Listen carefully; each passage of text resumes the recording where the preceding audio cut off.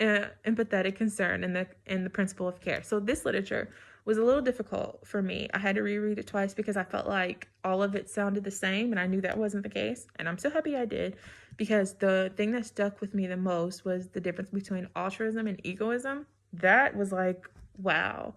I had to like go over my own experiences and my own, career path, because I was a CNA, still am a certified CNA, but I worked as a CNA for 6 years. And so a lot of times in interviews, I would always say, at the end of the spiel, that helping people was kind of selfish for me because I got so much joy out of it. And I was going over the literature and I was like, was that egoism that I wanted to help people because it made me happy to be able to help people, or was it altruism? And so it was just, it was just interesting because it definitely made me look inside myself for answers. I definitely am happy that I went back and read this one a couple times. So the TED Talk. Okay, so I was already excited for this TED Talk because everyone loves TED Talks. But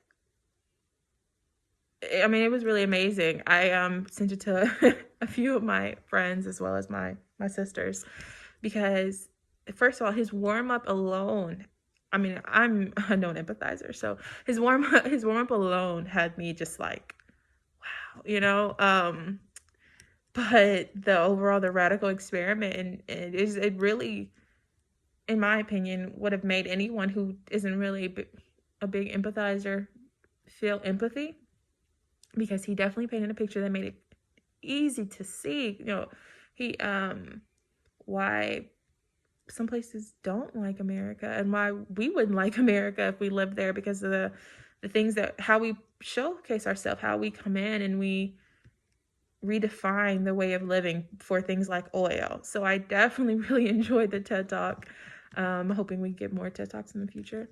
But it definitely was really, I hate to say inspiring, but he just said everything in an eloquently way that it made anyone who, whatever stance you're on, see things from their side, be able to step inside their feelings and their situations, and feel what they're feeling. And that's what empathy is. So I definitely think he did a great job with his radical experiment.